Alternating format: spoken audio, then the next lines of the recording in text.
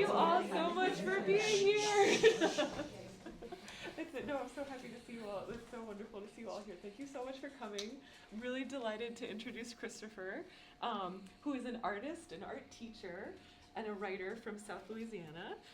His favorite artistic medium is clay, but he works in whatever material he feels at the time. His work includes large-scale outdoor installations, rooftop installations of ceramic cities, gallery shows, ongoing photo projects around the world, and ephemeral work based in nature. Since finishing grad school in 2001, Brumfield, Christopher, has 14 solo shows and many hundreds of group shows. Currently divides his time between Blue Hill and Baton Rouge, Louisiana, and he shares his life with his husband, 3 dogs, 2 cats, and many houseplants. So please join me in welcoming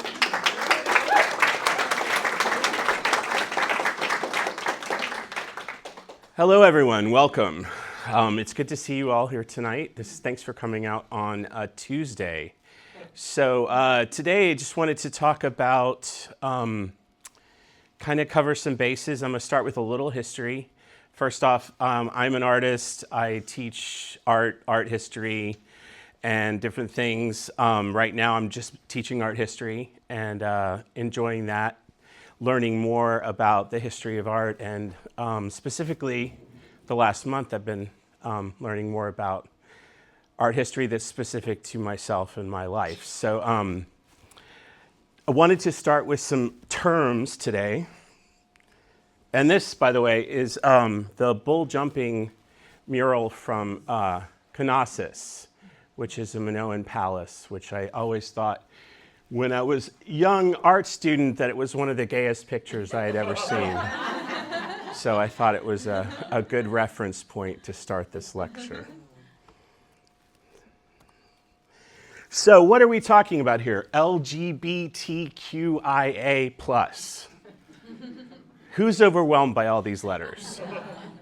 So a lot of people are, and there's a lot of confusion, and why do we have so many letters, and what do they mean? So I'm going to touch on them briefly. Lesbian generally is women-to-women relationships. We talk about gay men, it generally refers to gay men, but through time has referred to all people that were kind of non-conforming on the gender or sexual spectrum. Bisexual indicates person that's attracted to all genders. Transgender is a term that indicates a person's gender identity is different than the gender associated with the sex they were assigned at birth. Queer, so queer is the complicated one. A lot of people use the term queer. In the 90s, I was in Queer Nation, which was an activist group, and we claimed that word as our own. Some people find it derogatory, so it's not for everybody in the community, but it's definitely a word that can indicate a very broad spectrum of gender and sexuality. Intersex is a term that describes individuals who are born with a variation of sex characteristics that do not fit with the binary definitions of male or female bodies. So intersex is the I in all of this. It's up to 2% of the population in some places. So it's a complicated and politically very fraught part of this whole equation, and I'll talk about that a little bit later on.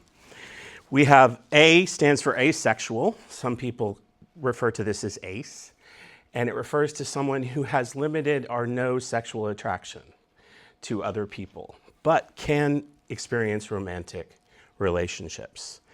And then the plus. The plus is used to signify all the gender identities and sexual orientations that are not specifically covered by the other initials. All of these categories are very broad. None of them are concrete. It's all very loose, and I'm sure it will change as time goes on. I wanted to, before I started today, I wanted to say that the Blue Hill Peninsula is on unceded land that is part of the Penobscot Nation. So I just wanted to acknowledge that before I started talking. So let's talk about some art, shall we? So we're going to start with the L. Anyone here familiar with Romaine Brooks? Fabulous artist. So she Was born in 1874.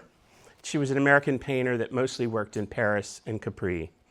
She had an unhappy childhood with an alcoholic father who left her family early, and a mentally ill mother who was abusive, and a mentally ill brother. She left that life and was a poor art student in Europe for a few years until her brother and her mother both died around 1902.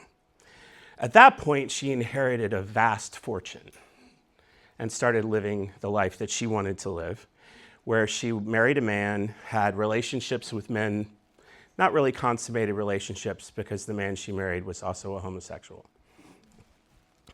At the beginning of World War I, Brooks painted the Cross of France. That's this picture right here. It was a painting that represented the beginning of the war and what was happening in Belgium at the time. In the background of this picture, you see the city in Belgium that is burning, where kind of the most fierce battles of the beginning of World War I happened. So, and the Red Cross representing France and the war effort. She later, they sold this picture and reproductions of this picture to raise money for the war effort, and she received the Legion of Honor from France after the war. This is one of her self-portraits, and it's in many ways her most famous painting. It shows her dressed very masculinely, very pale skin. She was always interested in painting grays, blacks, and whites, very little color in her painting. That's why the red is so striking in this painting. Another portrait she did, she didn't always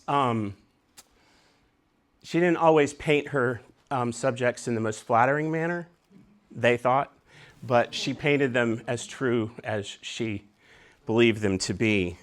The longest and most important relationship of Brooks' life was her three-way partnership with a woman named Natalie Clifford Barney, an American writer, and Lily de Gramont, a French aristocrat. They formed a trio that lasted until the end of all of their lives. The next L we're going to cover in this talk is an American artist named Michael Lane Thomas. Let me switch pages. I'm going to take a sip of coffee and a breath. Born in 1971, about 3 weeks after I was born, which I find interesting, Michael Lane Thomas is a contemporary African-American visual artist, best known as a painter of complex works where she uses fabric, rhinestones, collages, oil paints, and whatever materials she comes across. Her work is inspired by popular art history movements and popular art and movies, blaxploitation movies from the 1970s, and the portrayal of African-American women in popular culture in general. Her work has been showed all over the world, is in major museum collections across the planet. She recently did an installation in Los Angeles where she recreated the block that she grew up in Newark. So the houses and the environments that she lived in as a child with the paintings and the art that she made as part of the installation. Her subjects are virtually always women of color. She sees this as a means to portray and empower these women and celebrate their culture and beauty, sometimes by incorporating them into iconic Western paintings. She'll take famous Western paintings and replay them, Picasso's paintings and different people, using Black women as the main characters in the painting. As a member of the post-Black art movement, she redefines perceptions of race, gender, and sexuality. And she blurs the distinction between subject and object, abstract, concrete, real, and imaginary. About her work, she says, her work is about a Black woman's gaze loving other Black women. Now we move to the G.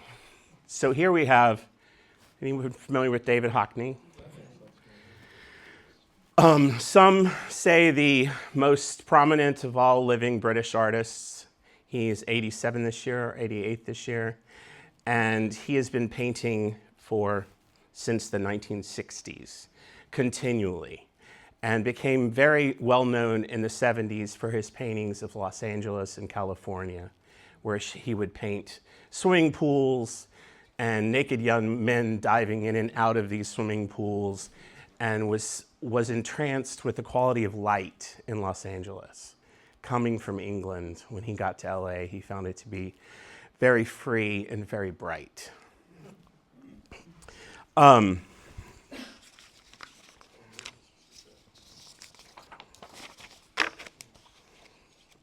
Hockney came out as gay when he was 23 years old while studying at the Royal College of Art in London.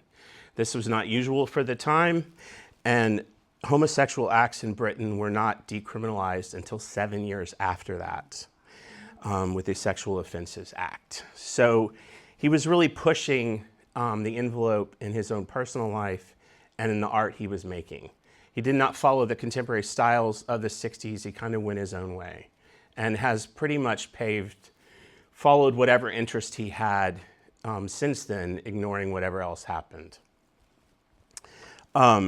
He's best known for his innovative use of color, composition, and perspective, and his ability to capture a subject's essence.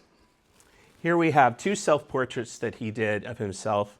This is an early one that I love, with a photograph of him next to it.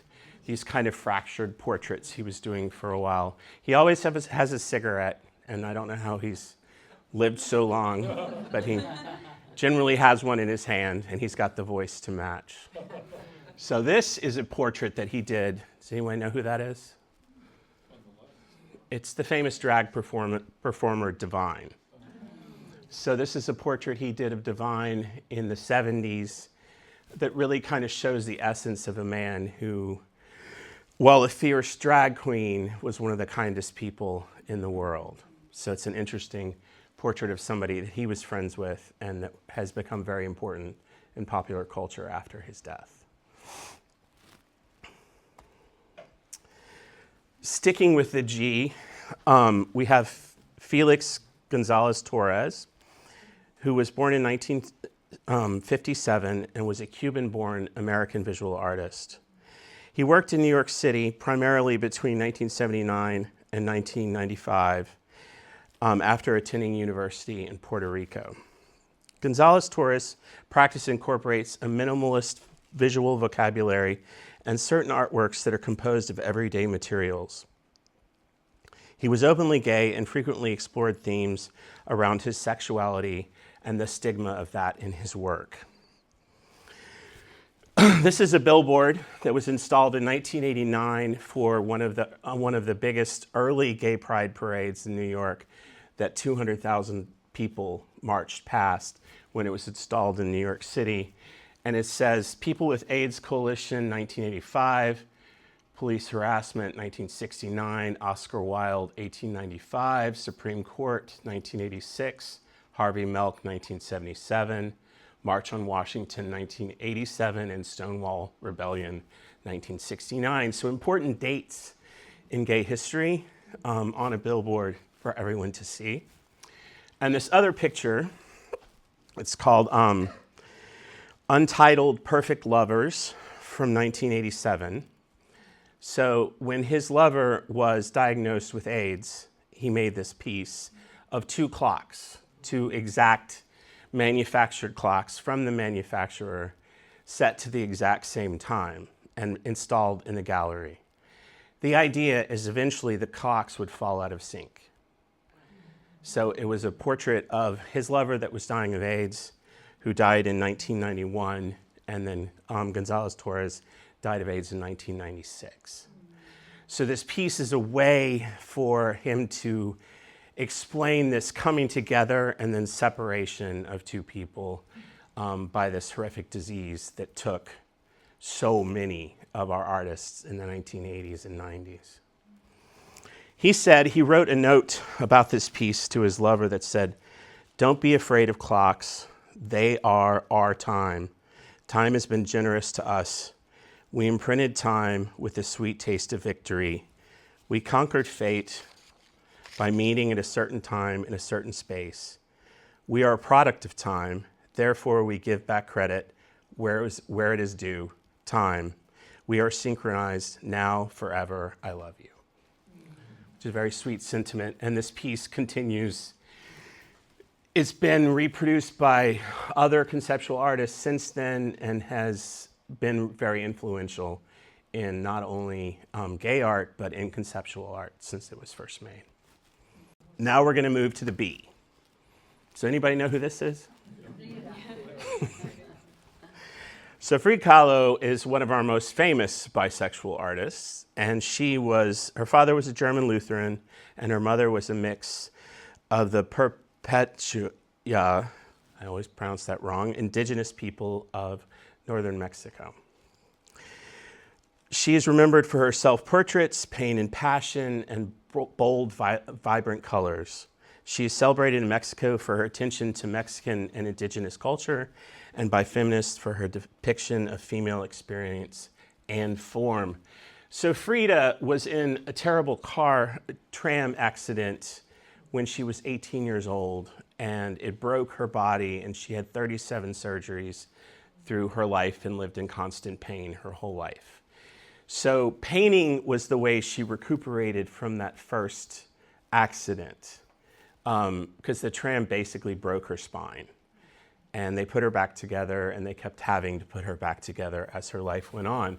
So she expressed this pain in her portraits, but she also expressed her love in her portrait. The great love of her life was Diego Rivera, the famous Mexican muralist. So Frida, right here, has just divorced Diego because he cheated on her with her sister.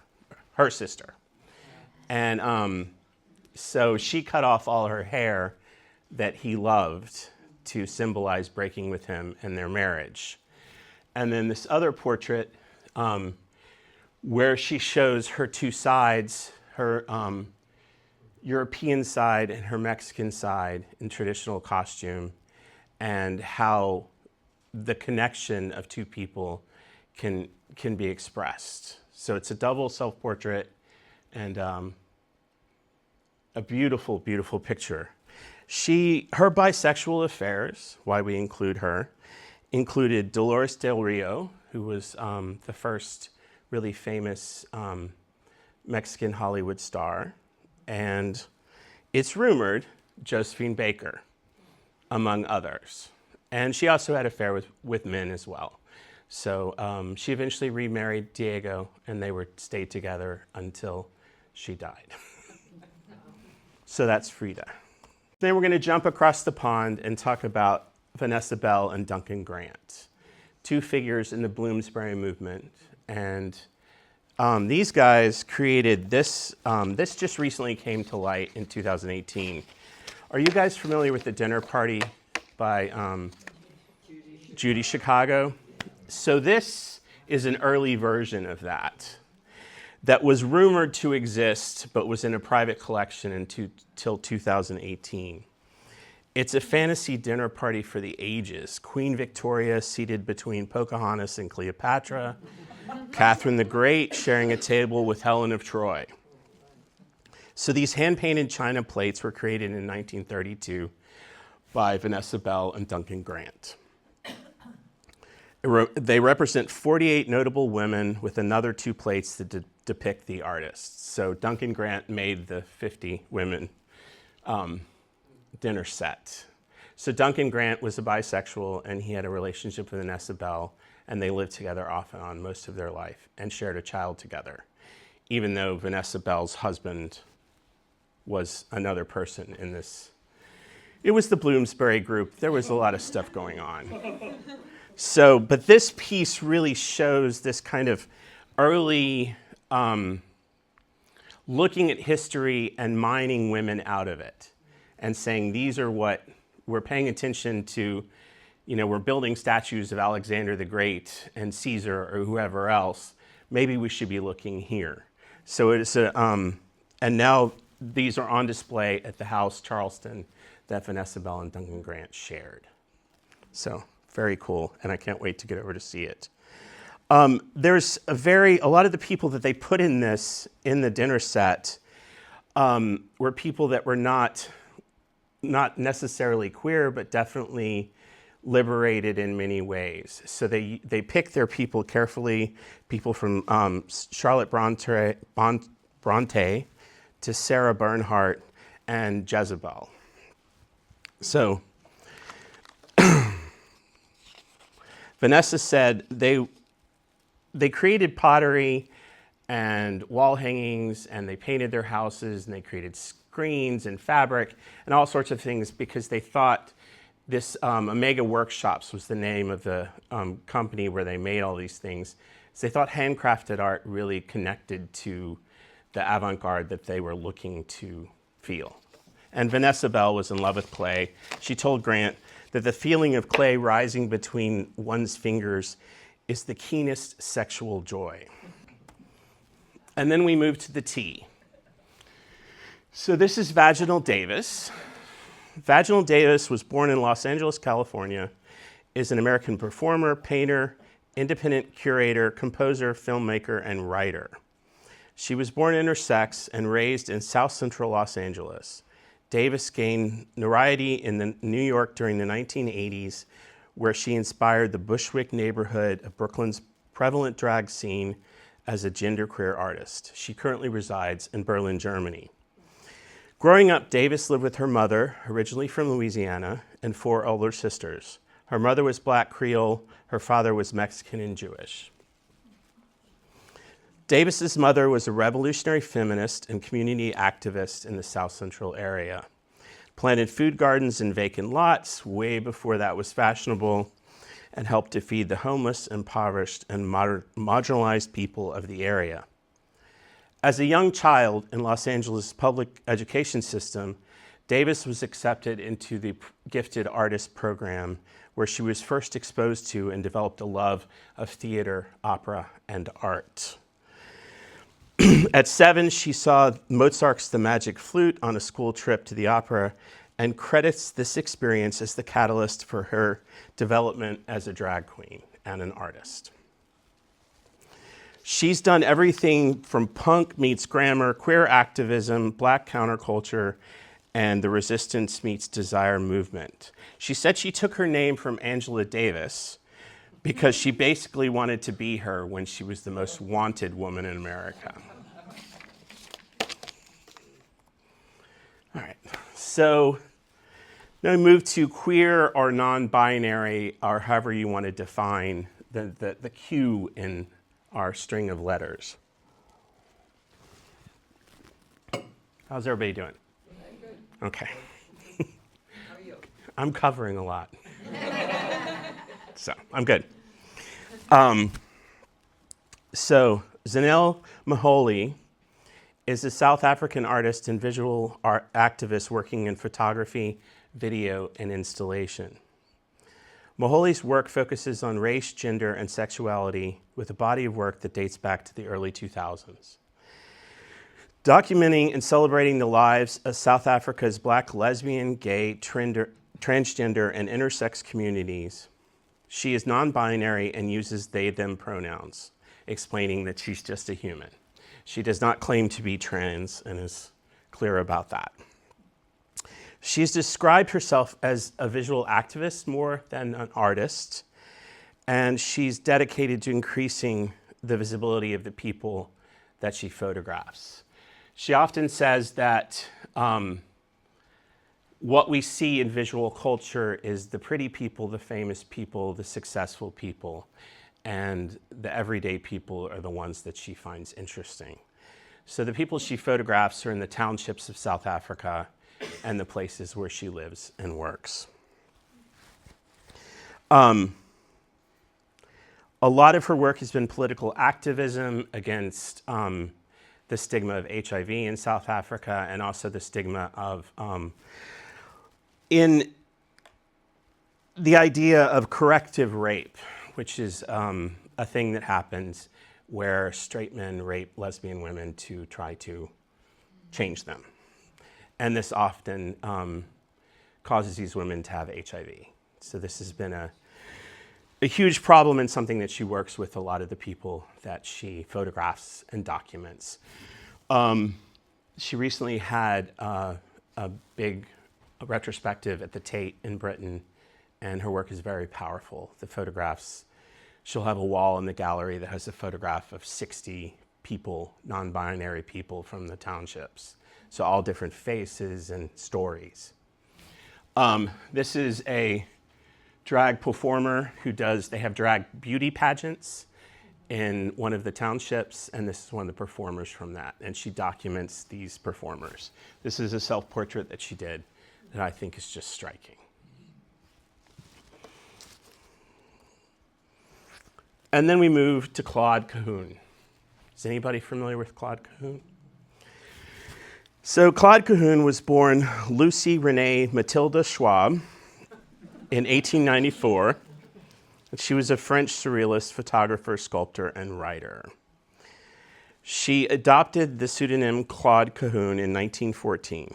She is best known for her writings in France, but has become more well-known in the last 20 years for her surrealist photography. I wanted to start with a picture of her and her longtime partner, stepsister, who she spent her entire life with. They met when they were 14, and they were together until they died.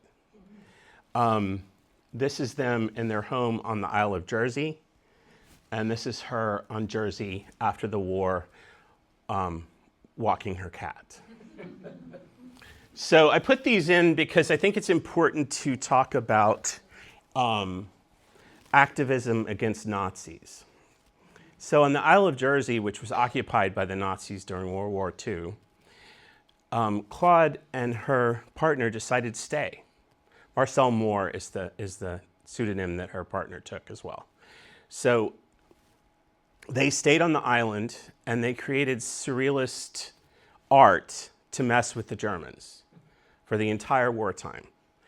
They would steal their magazines, they would steal the newspapers, they would make flyers and stick them into cigarette packs and hide them around.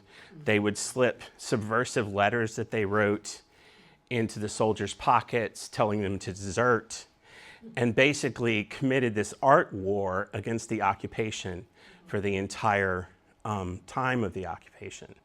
When they were finally caught by the Germans, they couldn't believe these two little old ladies that lived in the farmhouse. They thought there was an entire insurgency movement on this island. And it was literally the two of them. They were jailed and sent to be executed, but the island was liberated before they were executed, although they suffered health things from being in German prisons until they died, which is why she's wearing the glasses there. But that's a great picture of her walking her cat. So that's their backstory, which I just think is amazing. So this is her photography. So she was challenging what it was to be what it was to be a gender, what it was to be a woman, in very intense photographic self-portraits for years. There's hundreds of these. And she played with these ideas, and because of her androgynous appearance, she could get away with it. And in her writing, she referred to herself as grammatically feminine, but that she also said her gender was fluid. Masculine, feminine, it depends on the situation. Neuter is the only gender that always suits me, she said. So besides her activism, she created a body of work that has become very inspirational to artists now in the 21st century. So it's much like Frida Kahlo, she was unknown after her death for a long time, and then has come into her own as an artist, and a very important artist. And my favorite surrealist photographer. Then we go to the I, which is intersex. This art is an artist named Ins Kromiga, who lives in Berlin, Germany. Work that talks about the otherness of being intersex.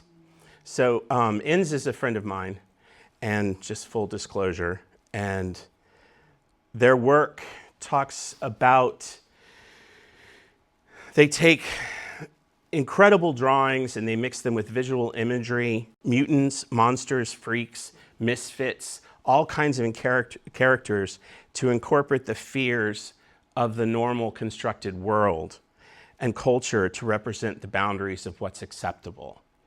So what they're talking about is this: what is the things that make you crazy culturally? What is it hard to deal with? And the expansive visual conceptual material of transgression becomes part of their vocabulary and addresses the agendas and ideas of social and queer politics and human rights issues. So intersex people are often, almost always, reassigned within 48 hours of birth. So doctors make a choice and start cutting things off. So in many countries, this is stopping, but it is still widely practiced around the world, and it is still legal. So what happens when a parent is born with an intersex child in the United States? Most of the time, is the doctors will say, we can fix this, instead of waiting for the child to grow up and be able to do what they want to with their own body. So this is an important issue, and INS works with a group in Europe that is helping to bring light to this subject and hopefully eventually end it. So these installations right here. So they do these gorgeous drawings all over the wall and then add different prints and paintings and watercolors in it. So it's like this all-encompassing, overwhelming installation, but quite beautiful.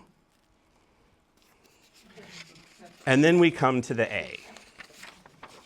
Anybody familiar with this artist? Yeah.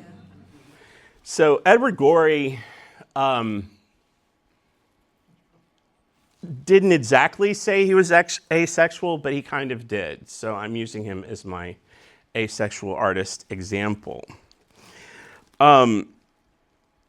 He said, let me quote, "I'm not one thing nor the other particularly. I'm just apparently reasonably undersexed or something," is what he said.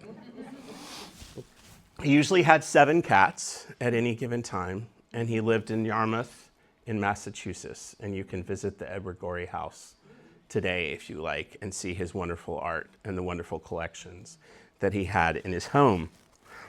So his art, most people, I was first exposed to his art from Masterpiece Mystery on PBS. Yeah. He did the opening titles, and a whole generation of people know him from that. But he also, he illustrated or did a cover for over 500 books by other authors, and he wrote and illustrated over 100 of his own books. So very prolific, many drawings, much art, and is also very famous for this book, The Gashly Crumb Tinies, which is one of his 16 books about alphabets, in which he creates different characters and drawings. In this particular one, each letter is for a child getting dispatched in a gruesome manner. So it's a great book. The illustrations are quite charming. And he said in an interview that the 2 biggest conceptions about him in his life were that he was British and that he was dead. And he said, I'm neither of those things. He did die in 1970, at age of 75 in 1999. So in many of his books, androgynous characters, sexually variant characters, there was never anything explicit in any of his books. He did one book called The Curious Sofa, which was supposed to be a pornographic book, but there's nothing actually pornographic in it. There's just sayings like, somebody did something ghastly with a saucepan. So, but there's nothing actually in it that is explicit in any way. And if his books are, again, as with a lot of the artists that I'm showing you today, his reputation has continued to grow since he died. There is so much fan fiction and fan art about Edward Gorey. He's called the father of goth art, and he really shows this kind of repressed sexuality, but also just amazing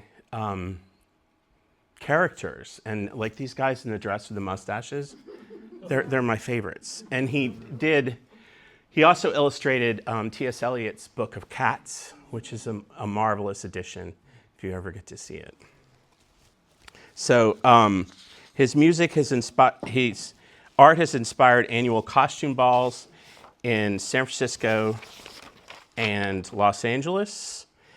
He's inspired videos for many bands, including Nine Inch Nails, films, books, music, and like I said, thousands of examples of fan art and fiction. And I love the fact that his work has continued to grow in his death because he loved collaboration. And he would collaborate with any theater designer, anyone who came to her and said, let's do something. They would do these short plays on Cape Cod that he would write. He would write like 3 plays every summer. And then he would make all the puppets for the plays. So incredibly prolific and collaborative artist. He also won a Tony for the sets of Dracula on Broadway. So, which is a whole another story of how he got to Broadway. And he said that he thought it was insulting that he won the Tony for 6 tacky little costumes. So, now I wanted to jump to the last one, the plus. So when we talk about plus, it can be any number of things within the spectrum of sexuality and gender. And here I want to talk about Two-Spirit. Two-Spirit is an umbrella term used to describe an array of gender variant identities specific to the indigenous nations of the Americas. While the term Two-Spirit was popularized in the 90s, many indigenous nations have always had their own conceptions of gender and sexuality that differ from Western binary modes of thinking. Ken Monkman is a Cree artist who works across the media of painting, photography, performance, installation, and film. He is known for his critical interventions into famous European and American art histories that highlight colonial violence, queer sexualities, and resilience. This painting, Wooden Boat People, Resurgence of the People, shows a reinterpretation of Washington crossing the Delaware from 1851. Instead of George Washington, he puts his alter ego, Miss Eagle Testicle, at the helm. Mockman also often includes his gender-fluid two-spirit persona, Miss Chief, in his work. In this painting, we see them adorned with rainbow earrings, flowing sheer and glossy red fabric, and Louboutin shoes. Of this persona, he said, we had our own traditions of gender and sexuality that don't fit the male-female binary. Miss Chief is a legendary being. She comes from the stars. So that brings us to the end. And I'm going to end with a work of art by a straight man. I know, don't get mad at me. An astronaut, William Anders, took this photograph on December 24th, 1968. It's called Earthrise. And this photo is said to inspire the environmental movement in many ways and became one of the most important photographs ever taken. I want to show this because he said we came all this way to explore the moon, and the most important thing that we discovered was the Earth. I close with this today because I think it's important to understand that racism and sexism and ageism, homophobia, colonialism, transphobia, all the prejudices that divide us are important to talk about because it helps us to recognize the trauma that has in some form or another been inflicted on most of the 8 billion people that reside on this planet in some way or another. We in the West find ourselves at the top of that arc, but we're certainly not safe from the effects of bigotry. All these things are connected. Intolerance is bad for people, it's bad for culture, it's bad for nations. Love and kindness are the superpowers, and I think that's the important thing to remember. Thank you for your time. All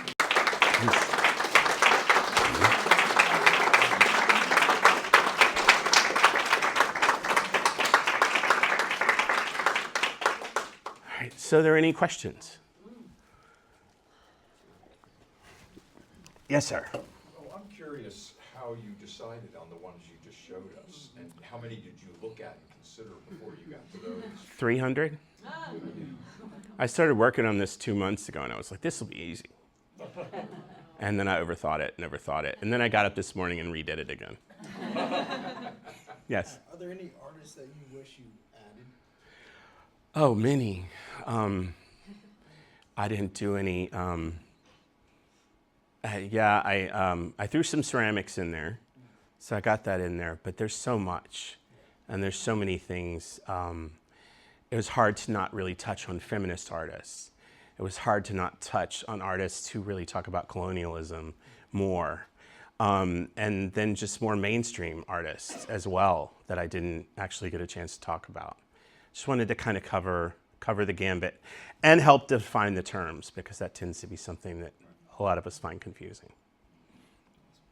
So we'll wait for this next talk about all this. yeah, right? Yes? Something that's comforting to a lot of queer people I know, and to me, is that we've always been here, right? Yeah. And I'm wondering, like, how far back art historians can trace, like, queer art, if that term is kind of ever evolving and more a product of right now, you know? Like, how far back can you look at art and say, like, hey, that's pretty gay, you know? Well, I think it's all been pretty gay. The Egyptians certainly. The ancient Chinese, you find it everywhere. I think that the distinctions of gay and straight are largely a kind of a creation of the West in many ways. And when cultures get really codified and people come along and say, this is the way things have to be, then that happens. But I think that before that happened, there was just a lot more general queerness. And that maybe this idea that it's always been like this, it hasn't always been like this. So, any other questions?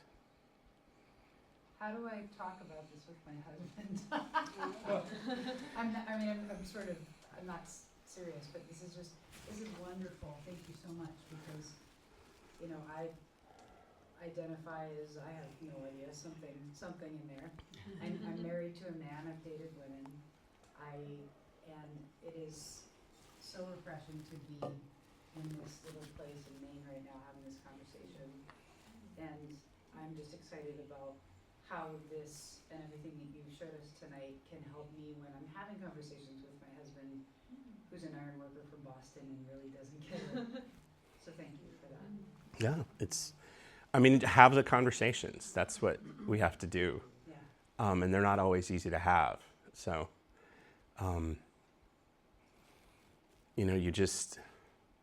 sometimes I'll be in a conversation with people I don't know, like I'm at the garage dropping the car off, and they ask me a question, and I was like, well, my husband knows about that. He's the car guy. And then I see the face, like, what? And so it's an interesting, getting people used to it, but also refusing to not be invisible, which is important, I think. So, yes? Do you teach classes like this in your college classes? I do not. I teach survey. So I pretty much cover all the bases in my survey classes. So just the different kinds of arts and different movements and, Does it ever come up to do something like this in classes? Well, I teach, not in what I teach. I teach Hockney. I teach Frida Kahlo. I'm honest about who the artists are and what their lives look like. So there's a lot of queerness in art history, even if you're just doing straight traditional art history. So, everybody from, Andy Warhol, Leonardo da Vinci, all the gang. So, Yes. Do you have a favorite one or two sources when people want to dive deeper into this particular area? Where you're not focused on the, as you said, on the feminist movement, on like when you're not focused on all of the other interrelated movements, but something that you've looked at specifically for what your talk is here. For living artists, YouTube is really important because a lot of times you can hear them speak. And it's interesting to hear the artists speak for themselves. And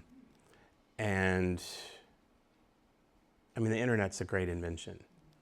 When I was first studying art, I went to the library and got books out. And now I see an artist I like and I look up, and within an hour I've learned a whole bunch about them. And I didn't have to go anywhere. So the resources are out there now. It's very easy to find information, as long as you don't get caught looking at something else on your phone.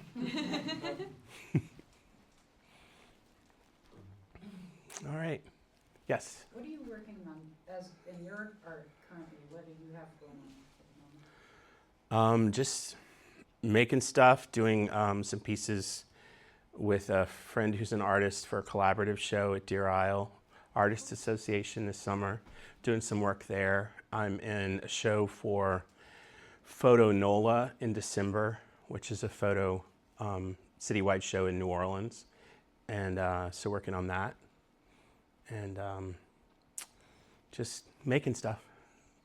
So, all right. Thank you.